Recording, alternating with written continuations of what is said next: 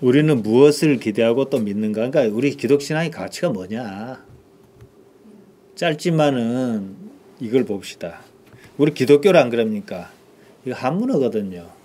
기초기자에 감독할 살펴볼 독자인데 의미 없어요. 그냥 음역한 거예요. 크리스토스를 음역한 거예요. 한문은 잘 못하니까 뭐 그리스도 일본식 발음 같은데 구세주를 말하죠. 초월적 존재 가치인데 기독교는 뭐냐면은 예수님을 구세주로 믿고 그 가르침을 절대 가치로 따르는 신앙이다. 이겁니다. 나는 그래서 종종 예수님의 복음이란 말을 잘 써요. 제가. 예수님의 말씀을 안 하고 왜 예수님의 복음이라 잘 쓰냐면은 말씀은 일반적인 말이고 또 말을 높여 부른 말인데 복음이란 말을 썼을 때는 예수님의 말씀이 가리키는 가치가 들어있어서 그런 거예요. 뭐 이렇게 써도 좋고 저렇게 써도 좋아요. 그럼 예수님의 말씀이 뭐냐? 예수님의 가르침이 무엇이겠느냐? 복음이 한마디로 무엇을 지향하느냐? 이겁니다. 뭡니까? 하나님의 나라는 방법론인 문제예요. 방법론의 문제. 그러니까 예수님의 복음은 뭐냐? 영생이에요. 한마디로. 그러니까 우리가 주일학교 애들한테 가르치잖아요. 노래도 같이 하나님께서 세상을 이처럼 사랑하사 독생자를 주셨으니 뭐 이렇게도 하고 뭐 그러잖아요. 이는 저를 믿는 자마다 멸망치 않고 영생을 얻게 하려 하심이라. 그러니까 루터나 뭐 종교개혁자들이 말하는 것처럼 복음 이거 하나면 된다 할 정도로 중요한 게 영생이에요. 그러니까 영생과 관계없는 모든 짓은 나쁜 거예요. 그러니까 담임 목사 세습 좋아. 영생과 뭔 관계가 있냐 이 말이에요. 그게. 그럼 영생에 관심이 없었다 이 뜻이에요. 내가 담임 목사자를 애기한테 넘겨줘야 영생을 하겠다면은 괜찮아. 무슨 뜻인지 알겠지요? 그러니까 영생은 조엔 아이오니온 별말 없어요. 영원히 산다. 조회가 삶이니까. 사람이 어떻게 영원히 살까요? 지금처럼 과학기술이 급속히 발달하면요. 신체 장기를 교체하는 기술도 발달할 거예요. 지금 망막에 전극을 넣어서 보는 단계에 와 있어요. 제대로는 못 보지만 뭐 봤을 거예요. 나아가서 뇌까지 바꿀 거예요. 근데 문제는 기억이 담긴 뇌는 자체를 바꿀 수가 없어요. 몸을 하나씩 다 바꿔나가. 근데 이제 어느 단계까지 와 있냐면 뇌지도가 거의 정확히 무엇을 한다 모르지만 부위를 여러 개로 나눠가지고 여기는 뭐 이건 밝혀냈어요. 더 섬세하게 갈 겁니다. 이제 노화뇌를 요걸 싹 바꿔봐. 그래서 행동에 지장이 있는가 없는가. 하나씩 싹 바꿔가는 거예요. 그러다가 거기에 담긴 정보를 다운로드를 하려고 그래 지금. 또 업로드도 하려고 그래요. 그래서 싱싱한 뇌에다가 복사를 했을 때 기억이나 인지 능력이나 작동이나 다 그대로인데 그러면 영원히 산 거냐 이거예요. 생각해 볼 점 있죠. 그 전에 죽은 사람들은 많이 아시겠네. 우리 은자 씨는 그 100살 전에 죽기 어렵습니다. 죽어야 되는데.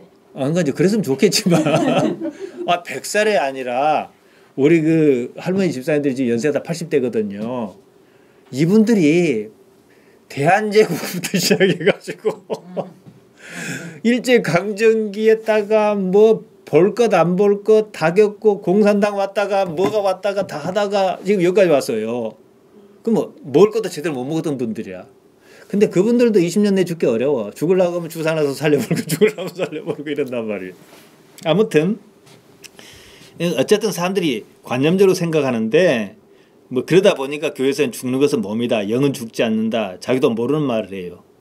영이라는 것을 마치 미지수 X처럼 간주한다는 거죠. 그러다 보니까 어떤 현상이 벌어지냐면은 말은 그냥 믿음 있는 말을 그렇게 철석같이 잘해놓고 자기는 안 믿는 일이 발생한다는 거예요. 엉망이. 이 문제가 있지요. 되게 그런 식이지요.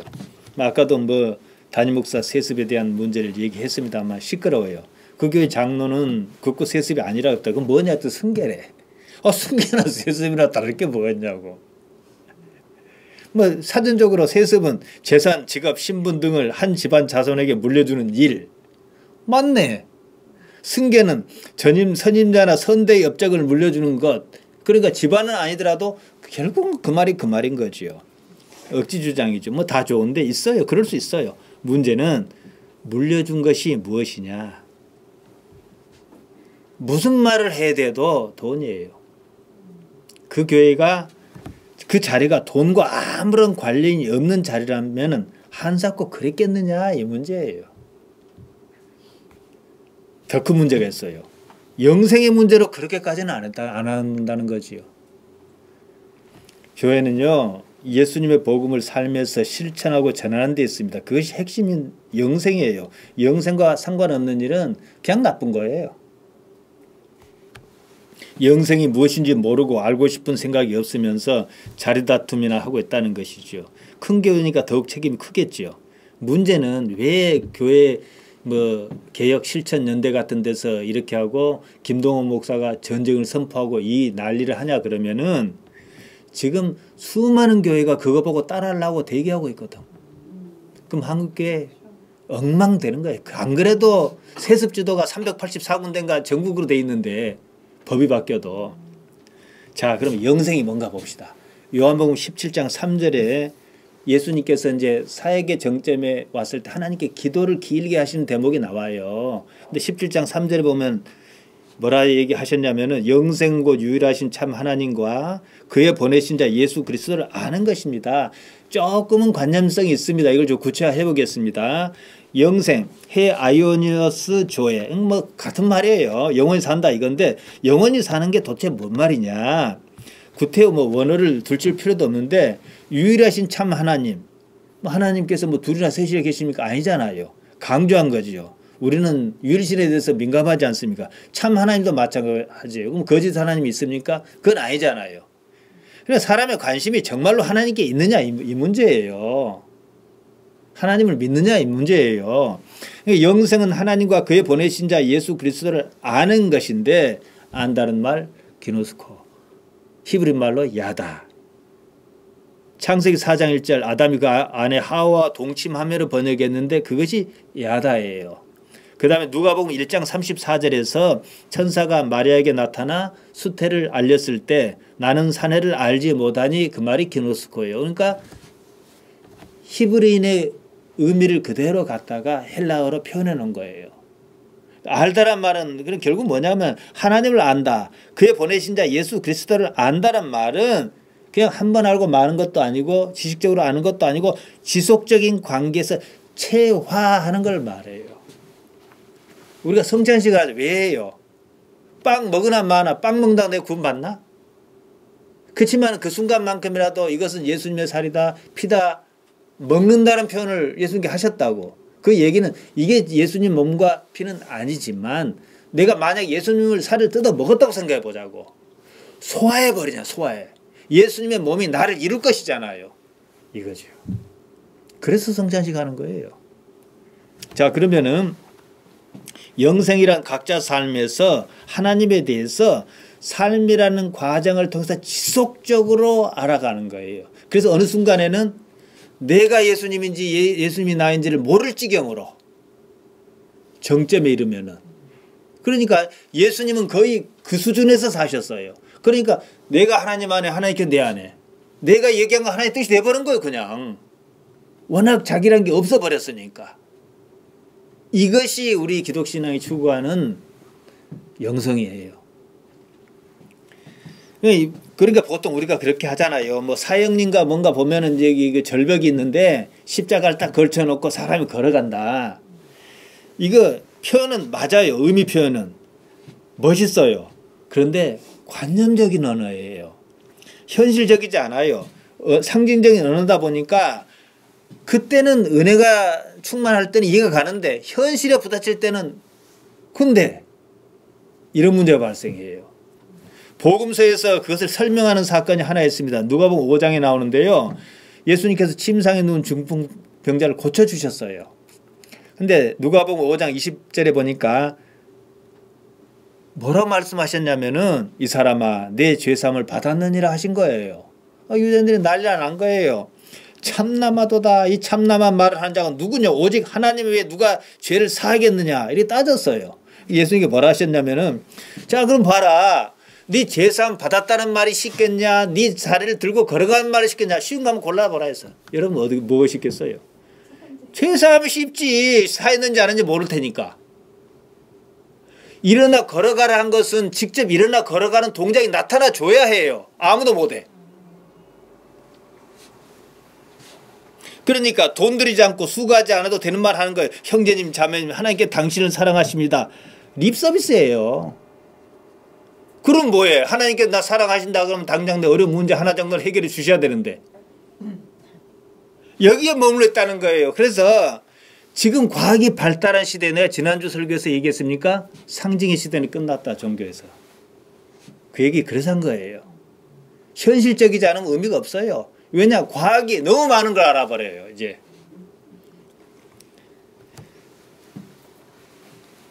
하나님께서 당신을 사랑하신다. 성경 어디에 기록되어 있다. 그 말처럼 하나님께서 나를 사랑한다 칩시다. 현실적으로는 아무것도 달라진 것 없어요. 이번 달 내일 휴대폰 요금도 못 내서 딸랑거리는데. 예수님의 복음은 현실적이에요. 일어나 걸어가라고 할 만하셨기에 내 죄사함을 받았느니라 하신 거예요. 그러니까 일어나 걸어가라 할 자신 없으면 말장난하지 마라 이 얘기예요. 그게 더 중요하니까. 자, 그러면은 그 중병자가 이 사람아 소자야, 마태복음 소자라는데 네 죄사함을 받았느니라 그랬어요. 그 순간 네 자리를 들고 일어나라 그러니까 엉겹결에 그랬던지 부시불식간에 그랬던지 자리를 들고 일어난 거예요. 이 사람이 뭘 느꼈겠어? 내가 죄사함 받았구나를 느낀 거지요. 무엇인지 아시겠어요? 현실이 따라주지 않는 어떤 립서비스도 종교적 수사에 불과하다는 거예요. 아까 내가 소연 씨 얘기했죠. 그렇게 가다 보면 내가 변해요. 그럼 내가 그제서야 하마르티아가 뭔구나 아는 거예요. 이제 그제서야. 지금까지 듣던 말이 그 말이었구나. 내가 변해가는 거 아는 거거든요. 그리고 여기에 대한 확신이 없으면은 문 목사는 이렇게 얘기할 수 없어요. 사기치는 거잖아요. 거짓말하는 거잖아요. 예수님께서는 인자로 사람의 아들로 세상을 사셨습니다. 구태여 그런 표현이 왜 필요했을까? 이건 내 광성교회 성금요일날 설교할 때 그것도 시간이 딱 정해져 있으니까 뭐 담임 목사님은 많이 해도 된다 그랬는데 처음에 정안대로 가놓으니까 추계하게 살 수밖에 없어서 그래서 얼얼얼 지나가긴 했는데 자, 뭐 이사야 53장에 보면 우리 죄를 담당하셨다. 뭐 이사야가 직접 이걸 두고 얘기했는지 안 했는지는 뭐 신학적 따져야 될 문제는 있어요. 그러나 전체적으로 볼 때는 그렇게 말했다라고 볼 수밖에 없어요. 자, 하마르티아한테 관역을 잘못 맞췄다. 헛다리 짚었다. 뭐 아리스토텔레스 시약 13장도 제가 얘기했습니다. 판단의 잘못이다. 우리가 생각하는 죄의 개념과는 조금 다르다. 뭐 철학만 공부도 나와요. 예수님께서 죄를 담당하셨단 말은 예수님께 죄를 책임지셨다는 말이에요. 유대인의 개념입니다. 자, 우리가 예수 믿은 거 여기 왔잖아요. 그럼 그렇게 얘기하면은 내 죄 없잖아요. 그래서 나는 죄가 없습니다. 구원파. 안 구원파도 그렇게 얘기해요. 그럼 내 인생에 고통 없어야 하잖아요. 그러면 죄가 그대로 있다든지 예수님께서 내 죄를 담당을 못 하셨다든지 어느 걸 할 거예요. 십자가 사건, 그러니까 예수님의 십자가 사건을 잘 봐야 해요. 예수님께서 겟세마네 동산에서 밤을 새워 기도했습니다. 하셨어요. 심각했어요. 무엇을 기도했습니까? 십자가를 지지 않게 해달라는 거예요. 거절당했죠. 무응답으로 거절당한 거죠. 하나님의 무응답. 제자들은 잠에 빠졌어요. 심각성 몰랐어요. 예수님은 왜 심각했냐? 알았으니까 심각한 거예요. 예수님도 몰랐으면 심각할 이유가 없어요. 그래서 기도했어요. 답이 없는 거예요. 그럼 그대로 가야 해요. 예수님의 어떤 선택이 있었습니까? 그 자리를 피하면 그만이에요. 그 순간에 아니까. 당신 말씀대로 12영도 더 되는 천사를 불러다가 어떻게 하면 될 일이에요. 기도하고 말 것이 없어요. 그런데 그러시지 못했다는 거예요. 이유가 뭡니까? 그 문제지요. 여기에 복음의 가치가 있다는 거예요. 하나님 때문에. 십자가가 문제가 아니에요. 우리는 예수님을 믿는다고 그러면 다 아는 말 같아요. 그러나 보통은 그 개념 정리를 잘 못해요. 예수님의 가치가 무엇인가 딱 한마디로 나와야 해요. 예수님 믿는 것이 뭐냐고 하면 한마디로 딱딱 나와야 해요. 뭐 교회 잘 다닌 거, 성경 읽고 열심히 기도하고 헌신하고 그런 것은 예수님을 믿는 것이 아니라 믿기 때문에 할 수 있는 일이에요. 인자라 그러셨단 말이에요. 사람의 아이들아. 요새 용어로는 남자 사람이다. 요새는 남자친구 여자친구가 우리 시대 때 얘기 개념하고 좀 다르더라고요. 구분하기 위해서 남자 사람 여자 사람 이렇게 쓴 것 같아요. 왜 그렇게 하셨을까? 우리가 똑같은 삶의 조건에서 사람으로 사셨다. 남자 사람으로 세상을 사셨다면은 나도 남자 사람이고 예수님도 남자 사람이니까 똑같다 이거예요. 그럼 우리도 할 수 있다. 그러면은 예수님께서도 하셨으니까 나도 할 수 있는 것이어야 해요. 따라서 예수님을 믿는단 말은 사람의 아들 예수님께서 어떤 가치로 세상을 가지고 사셨느냐, 도대체 그분은 무슨 생각으로 세상을 사셨느냐 그겁니다. 나는 바로 그 가치를 예수님께서 가지고 사셨던 그 가치를 내 삶에 받아들일 수 있느냐.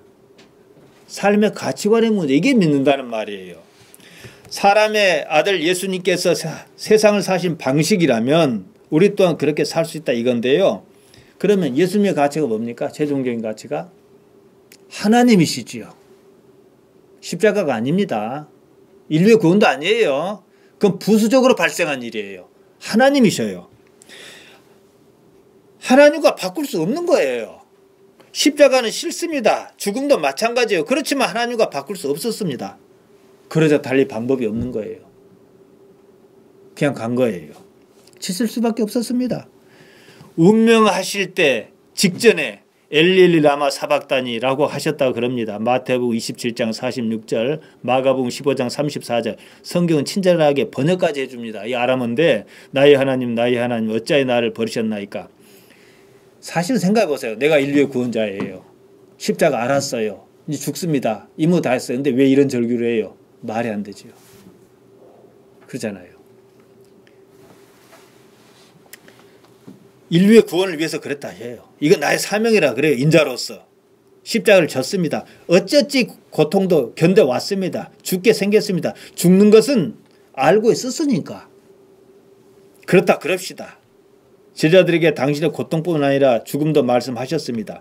그것이 어떤 과정이라는 사실을 일찍이 알았습니다. 그러면 이 절망의 절규는요. 상황에 맞지 않아요. 아마 이건 제 추측인데요. 그 상황에 이제 갈 때까지 왔잖아요. 곧 숨 넘어가잖아요. 하나님의 어떤 위로를 기다리시던 것 같아. 왜냐 그 전에 그런 일이 있었거든. 세례를 받을 때 성령으로서 저는 나의 사랑하는 아들이라 그랬잖아요. 그리고 사역을 시작했단 말이에요. 그러니까 이쯤 오면은 그래도 내가 알고 있다든지 뭐 수고했다든지 고생했다든지 어떤 위로를 기대하시지 않았나 모르겠어요. 자신이 선택한 이 일에 대한 정당성을 확인하고 싶지는 않으셨는지. 근데 아무것도 없는 거예요. 그냥 죽게 생겼어요. 죽어요. 절망이 밀려왔습니다. 곧 숨이 끊길 것입니다. 진짜로 절망하셨다 그 얘기예요. 사람의 아들 예수님의 기대는 그 순간 단 하나였습니다. 여러분이 그 순간이라면 뭘 기대하겠어요? 위로지요. 내가 알고 있다. 우리가 기도할 때 그래요. 진짜 힘들어요. 그냥 강도상 밑에서 기도해. 내 생각인지 뭔지 몰라도 그래도 내가 다 생각이 있어서 그런다. 그 말 한마디면 살아요. 그게 없는 거예요. 한번 생각해 보세요. 목숨을 내놨는데 내가 잘못 선택한 것은 아닐까? 그런 회의를 누가 가졌어요? 세례 요한이 그랬어요. 감옥에서. 그가 나쁜 짓을 해서 거기 간 거 아니잖아요. 자, 그거 하나 때문에 골고다 언덕까지 왔습니다. 막상 십자가에서 정신이 혼미하고 맥이 풀릴 즈음 하나님으로부터 아무런 위로가 없었습니다. 엘리엘리 라마 사박다니 순전히 절망의 절규였습니다. 그런데요. 그래도 살았다는 사실이에요. 바로 이 점이 부활의 의미고 우리에게 희망이라는 거예요. 나는 절망할 수 있어요. 지금 내가 예수를 믿는다는 사실을 부정하지 못한다면 그 상태라면 난 절망할 수 있어요. 진짜 내일이 안 보인 거예요. 근데 그래도 산다는 거예요. 하나님 어떤 위로를 받냐 안 받냐는 중요하지 않다는 거예요. 왜냐? 당신은 전지전능하신 분이시거든. 내가 일본의 개 아이보에 대해서 페이스북에 써놓은 게 있어요. 사람들은요, 아까 할머니 치매 같은 경우도 그렇지만 지감정이요. 종교도 그런 위험이 있어요. 지가 혼자 믿는다고 날려고 지가 혼자 해놓고 하나님께 물어보지도 않고 아멘하고 간다고. 이래 감성적인 부분이 어쩔 수 없이 돕는 데 필요하겠구나. 이건 두 번째 시간에서 제가 말씀드리겠지만 말이에요. 아무튼 사흘 만에 살아나셨습니다. 당신도 사흘 만에 살아나라 얘기했잖아요. 사흘 만에 살아나셨을 때 예수님께서 무슨 느낌이 있었을까요? 내가 입으로 한 말이 자유로 한 말이 아니고 그대로 이루어졌구나를 느낄 거잖아요. 하나님의 구원은 사람의 아들의 절망에 하는 것과는 아무런 관련이 없다는 사실입니다. 우리도 마찬가지예요. 저 역시도 절망을 많이 했습니다. 그래도 살았습니다. 또 절망할 일이 있을 것입니다. 하나님께 또 살려주실 것입니다. 그러면 저는 이 상황에서 뭘 할까요? 신앙이 더 견고해지겠지요. 절망을 밥 먹듯이 했으니까. 그래도 또 살 것이니까. 그러면 나는 절망에 대한 정의를 가지고 있을 거예요. 아, 내 생각이구나. 절망의 순전히 내 생각이고 내 감정이구나. 그럴 거지 않겠습니까? 그러니까 지금 내가 살고 있다면 그 동인이 뭐예요? 희망도 무슨 기대도 아니에요. 결국은 하나님께서 함께 하신다는 하나님의 구원이라는 거예요. 이게 구원입니다. 이쯤이면 영생을 실현한 거예요. 죽어도 괜찮으니까 영생하는 거지. 죽으면 안 되는 사람에게는 영생이 없는 거예요. 하나님의 기노스코를 하기 때문입니다. 이 집 나의 삶에 대한 가치는 오직 하나님일 것이기 뿐이기 때문에 죽음과 절망조차도요. 하나님의 사랑에서 끊을 수 없다. 사도 바울이 이걸 터득했던 것 같아요. 로마서 8장 39절이에요. 높음이나 기쁨이나 다른 아무 피조물이라도 우리를 우리 주 그리스도 예수 안에 있는 하나님의 사랑에서 끊을 수 없느니라. 이건 이념도 아니고 고집도 아니에요. 터득한 거예요. 그러면 죽음을 포함한 그 어떤 것도요 의미가 없습니다. 그는 몸의 죽음과 상관없이 영생할 것이니까. 그러면 내가 영생이 있다, 영생을 한다라는 확신이 있으면 이 세상을 어떻게 살까요? 거기에 맞춰서 살 거잖아요. 그래서 삶이 다를 수밖에 없지요. 지금 내가 하는 일은 내가 해야 할 일이라고 생각한단 말이에요. 때를 얻든지 못 얻든지. 영생한 입장에서 볼 때는 이건 충분히 의미 있는 일이고 가치 있는 일이란 말이에요. 어떤 일은 인터넷으로 팟캐스트로 이걸 듣고 은혜 받을 수도 있는 것이고 또 어떤 일은 이제 가만히 보니까 이걸요 아프리카에서도 듣고 시드니에서 듣고 미국에서도 듣고 그래요. 많지는 않지만은 또 나름대로 은혜를 받고 확신을 삼아 갈 거 아니겠습니까? 이게 그에게 어떤 위로가 있을지 하나님께서 알고 계실 거잖아요. 이게 바로 복음의 가치라는 얘기죠.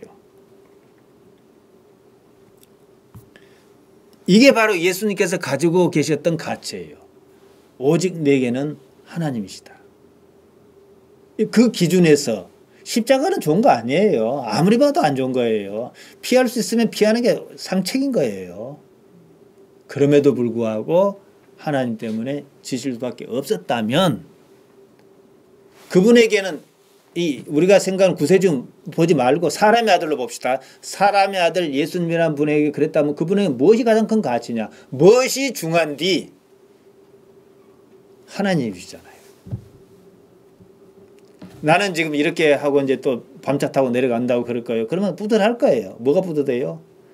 내가 하나님과 함께하고 있다는 사실 때문에. 복음의 핵심은 하나님의 나라입니다. 하나님의 나라 바실레이안 투 데우.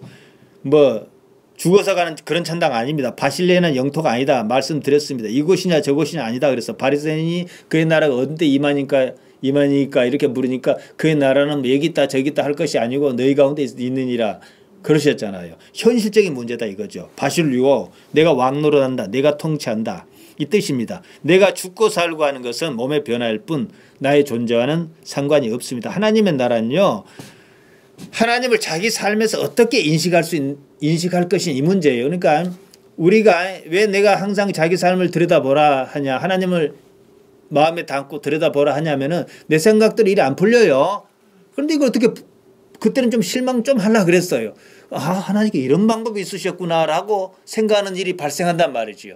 그러면 그런 경험을 감성세계로 축적해 가면 어떻게 해요? 어떤 일이 부닥칠 때 아, 하나님께 달리 생각을 갖고 계시겠지는 감이 온다는 거죠. 이게 영성이죠.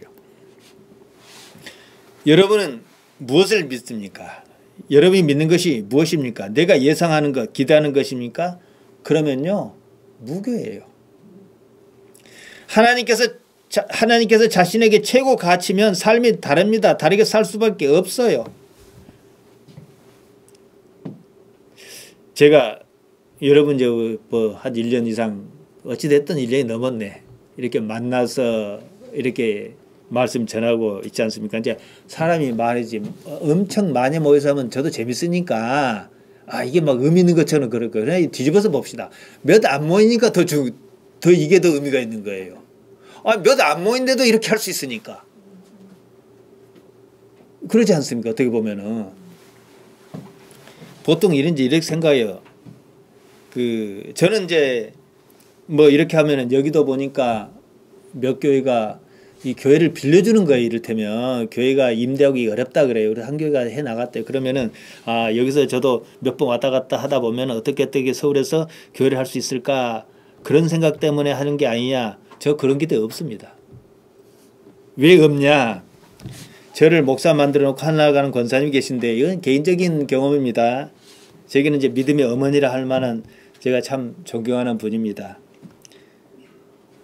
제가 1984년 11월 30일 날 서울 생활을 정리하고 총각대 여수를 내려갔어요. 그해 다음에 1월 18일 날 금요일 날 그분을 처음 만났고 1월 20일 날 떠밀려서 주일교회에 등록을 했습니다. 나중에 알고 보니까 하나님께서 계시를 주더래요. 금식하고 준비하래. 아주 참 골치 아픈 녀석이 하나 내려오니까 준비하더래. 꼭 여기에 비유할 수 있는 건 아니지. 사도행전 보면은 9장에 보면은 아나니에게 계시를 안 줍니까? 사울이란 놈이 온다. 편견 갖지 말고 이렇게 해라. 뭐 거기에 비교할 수 있는 게 아니지만은 그러더라고요. 근데 그분이요. 저는 진짜 다른 사람도 그랬지만은 경제적인 문제로 많이 힘들었습니다. 그러니까 이제 기도원에 이제 잠시 계실 때도 뭐 찾아다니고 어디 계실 때도 이제 찾아가고 그랬어요. 그러면은 기도 영역 있는 사람에게 찾아갈 때는요. 혹시 하나님께서 저분의 입을 통해서 아무개야 좀만 더 고생해라 언제는 풀어주겠다 요 소리 듣고 싶은 거예요. 근데 그런 말이 잘 안 나와. 어느 날 갔더니 뜬금없이 저는 교회를 본의 아니게 결혼 후로 2번이나 개척했지만은 어디 알아보고 개척하고 어디 알아보고 간 적이 없어요. 가다 보니 산골이고 가다 보니 공단이고 항상 고생만 했어요. 그런데 어느 날 갔더니 뜬금없이 교회는 염려하지 말라고 그래. 아, 무슨 소리냐 했더니 하나님께서 다 예배하신 교회가 있대요. 그래서 저는 지금 그 교회가 궁금해요.